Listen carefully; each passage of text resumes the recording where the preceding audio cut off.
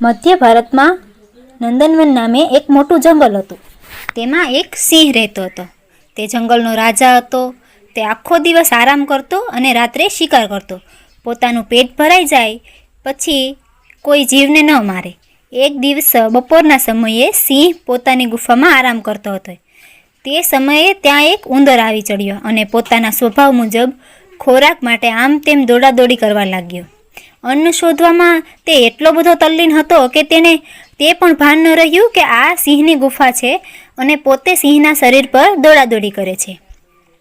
સિંહ પોતાના શરીર પર અચાનક સળવળાટ થતાં જાગી ગયો અને જોયું તો એક ઉંદર તેના શરીર પર દોડાદોડી કરતો હતો.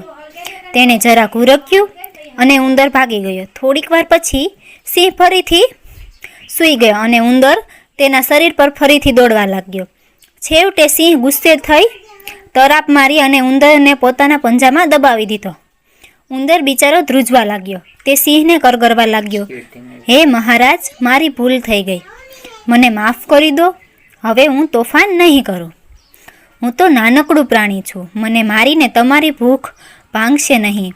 મારો આટલો ગુનો માફ કરશો તો હું તમારો ઉપકાર જિંદગીભર નહીં ભૂલું.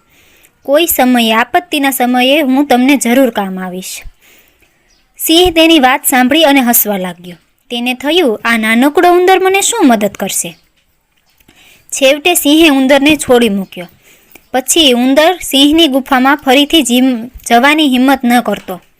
થોડા દિવસ પછી અચાનક એક દિવસ સિંહ શિકાર કરીને પોતાની ગુફા તરફ આવી રહ્યો હતો. એ ગુફા નજીક આવ્યો ત્યાં શિકારીએ બિછાવેલ ઝાડમાં ફસાઈ ગયો. સિંહે ઝાડમાંથી બહાર નીકળવા ખૂબ જ ધમ પછાડા કર્યા, ગર્જનાઓ કરી, પણ તે બહાર આવી શક્યો નહીં. જેટલો તે ઝાડમાંથી છૂટકવા પ્રયત્ન કરતો તેટલો જ તે એમાં વધુ ફસાતો જતો હતો. સિંહની ગર્જનાઓ સાંભળી ઉંદર પોતાના દરમાંથી બહાર આવ્યો અને જોયું તો સિંહ ઝાડમાં ફસાઈ ગયો હતો. તે સિંહની પાસે આવ્યો અને બોલવા લાગ્યો, હે મહારાજ, તમે ચિંતા ન કરો, હું હમણાં જ તમારી ઝાડ તોડી નાખું. આમ કહી ઉંદર પોતાના તીક્ષ્ણ દાંત વડે ઝાડ કાપવા માંડ્યો.